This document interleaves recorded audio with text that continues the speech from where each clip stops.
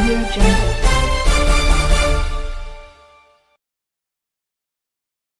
मैं नईम काजी। नाजरीन, इस्तकबाल है आपका हमारे अवाम तक न्यूज चैनल में। नाजरीन, आज हम बात करने वाले हैं हेमंत विश्व शर्मा ने जो बयान दिया है और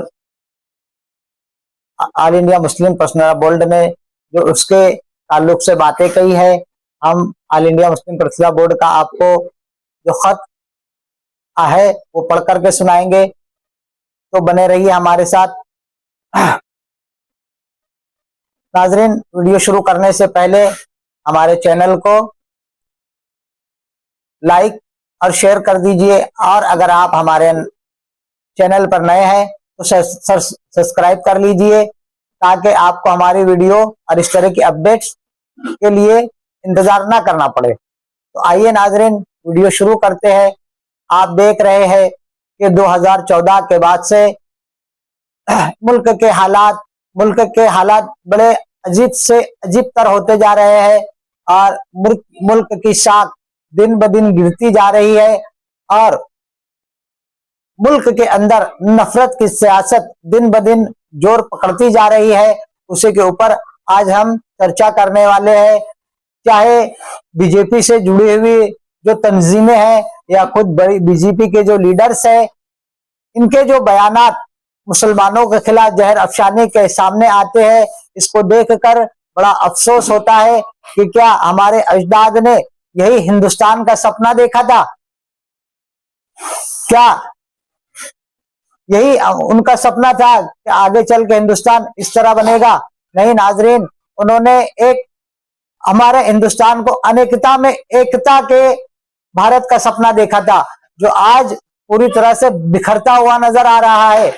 नाजरीन, गौर और फिक्र करने की बात है कि हाँ, देश हमारा किस सिमत में जा रहा है। तो बात करते हैं उसी के ऊपर। हेमंत विश्व शर्मा ने पिछले दिनों एक इंटरव्यू में बात करते हुए कहा कि मियां भाई को जो है सताना ये हमारी जिम्मेदारी है और हम इनको इसी तरह सताते रहेंगे। उन्होंने ये तक कहा, कोई रिक्शा वाला मियां भाई, अगर आपसे 5 रुपया किराया मांगता है तो आप उसको 4 रुपया दो, क्योंकि मियां भाइयों को सताना ये हमारी जिम्मेदारी है, ये हमारा एजेंडा है। ये एक मुल्क के आइन के मुताबिक बने हुए वजीर आला का बयान था। और इस तरह के और भी बहुत से वाकयात है, लेकिन ऐसा लगता है कि मुसलमानों के ताल्लुक से अदलिया जो है तो सोया हुआ है। अदलिया की पता नहीं कब अदलिया अपनी नींद से जागेगा। और इस तरह के हालात पर कई ऐसे बयानात है जिनको हार्ड स्पीच के अंदर लिया जा सकता है, लेकिन कभी अदालत ने इसके ऊपर अपनी जबान नहीं खोली, अपनी आंख नहीं खोली।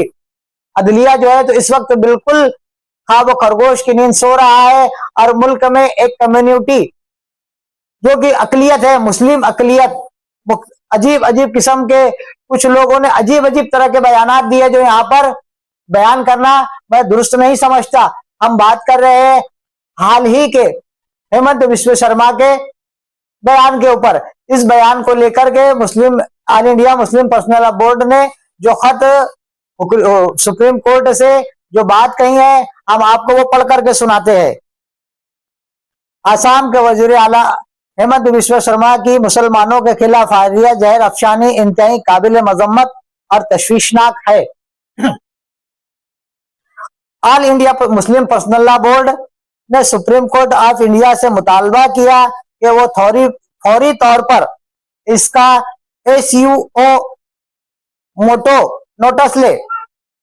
All India Muslim personal board के तर्जमान डॉक्टर सैयद कासिम रसूल इलियास ने एक प्रेस बयान में कहा कि मुसलमानों के खिलाफ जहर अफशानी, नफरत अंगेज बयानात और जहरीली तकारीर पर अब बीजेपी का वतीरा इम्तियाजी बनती जा रही है।